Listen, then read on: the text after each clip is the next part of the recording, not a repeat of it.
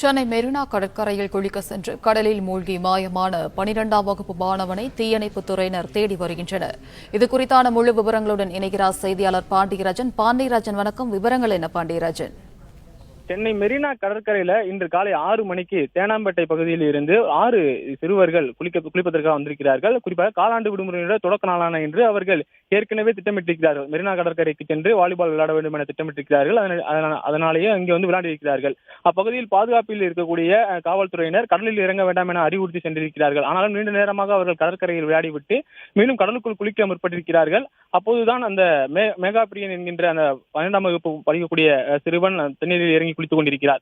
குளித்துக் கொள்ளும் போது தண்ணீர் அடுத்து உள்ளே செல்லப்பட்டிருப்பதை அங்கு கரையில் இருப்பவர்கள் எல்லோருமே பார்த்திருக்கிறார்கள். அவருடைய தலை மட்டுமே தெரிந்திருக்கிறது. அதன் பிறகாக உடனடியாக அருகில் இருக்கக்கூடிய காவலரிடம் தகவல் கொடுக்கப்படுகிறது. அதன் பிறகாக தீயணைப்புத் துறையினர், கடலோர காவல்படையினருடைய அந்த நீச்சல் வீரர்களுக்கு தகவல் கொடுக்கப்பட்டு அவர்கள் வந்து அந்த சிறுவனை தேடும் பணியில் ஈடுபட்டிருக்கிறார்கள். ஆனால் தற்போது வரை அவரை பற்றிய எந்த தகவலும் கிடைக்கவில்லை. அந்த சிறுவன் காணாத சூழலே ஏற்படுகிறது. தற்போது அந்த சிறுவனுடைய உள்ளேயோ அல்லது அவர் எந்த பகுதியில் எடுத்துச் செல்லப்பட்டிருக்கிறார் என்பது குறித்தும் அப்பகுதியில் காவல்துறையினர் தேடி வருகின்றனர். மேலும் மீனவர்களும் படகுகள் மூலமாக அந்த சிறுவனை தேடக்கூடிய பணியில் ஈடுபட்டு வருகின்றனர்.